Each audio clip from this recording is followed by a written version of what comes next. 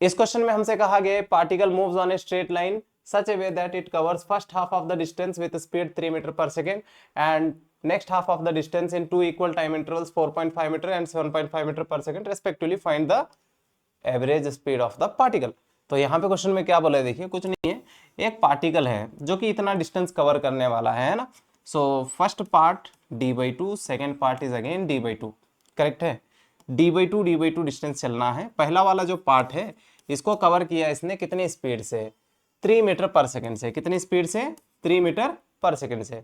लेकिन जो अगला हाफ पार्ट है इसको दो इक्वल टाइम इंटरवल में कवर करेगा, 4.5 और एक 7.5 मीटर पर सेकेंड, करेक्ट है।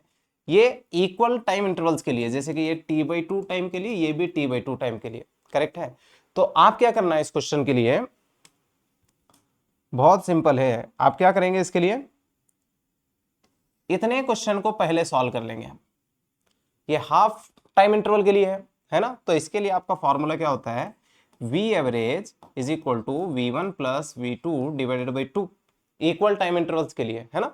तो यहां से आप लिखेंगे 4.5 प्लस 7.5 डिवाइडेड बाई 2, इसका आंसर आएगा आपको 12 यानी कि 6 मीटर पर सेकेंड।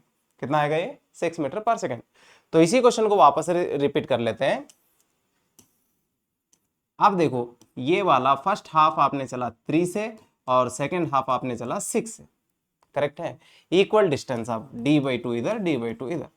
अब इक्वल डिस्टेंस के लिए जब हम चलते हैं तो इसके लिए फॉर्मूला होता है v average is equal to 2v1 v2 divided by v1 plus v2 which is equal to 2 into 3 into 6 divided by 3 plus 6।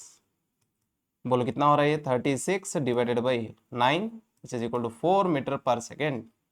यानी कि टोटल एवरेज वेलोसिटी की एवरेज स्पीड कितनी आएगी इसकी, 4 मीटर पर सेकेंड।